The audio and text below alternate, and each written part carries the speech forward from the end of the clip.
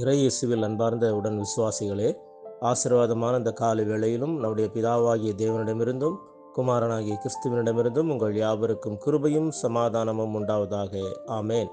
இந்த நாளிலும் நமக்கு தரப்பட்டிருக்கிற கர்த்தருடைய வசனமானது லூக்கா 21 இறை வசனங்கள் 34 தொடங்கி 36 முடிய, குறிப்பாக 36வது வசனத்தை வாசிக்கிறேன்.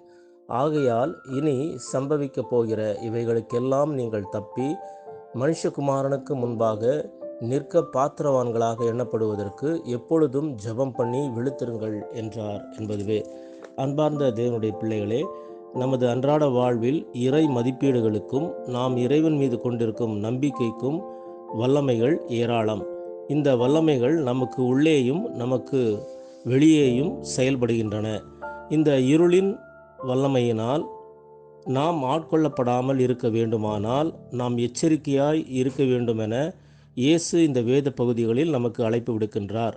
பல்வேறு விதமான கவலைகளும் அங்கலாய்ப்புகளும் நமது இதயத்தை அழுத்தும் பொழுது நாம் தேவனுடைய பிரசன்னத்தையும் வழிநடத்துதலையும் உணர முடியாமல் போய்விடுகிறது. இப்படிப்பட்ட வல்லமைகளுக்கு எதிராக நாம் எடுக்கும் முயற்சிகள் யாவை?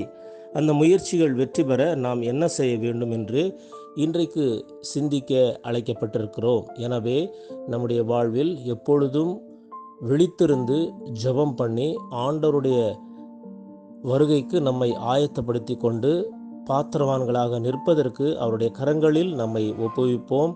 எல்லாம் வல்ல தூய ஆவியானவர் தாமே இந்த நாளிலும் நமக்கு வல்லமையும் பலத்தையும் தந்து ஆண்டவருடைய வருகைக்கு நம்மை தயார் செய்ய வழிநடத்தி காப்பாராக. ஆமேன். எல்லா புத்திக்கும் மேலான தெய்வீக சமாதானம் உங்கள் இருதயங்களையும் சிந்தனைகளையும் கிறிஸ்து இயேசுவுக்குள் காத்துக்கொள்வதாக. ஆமேன். God bless you all.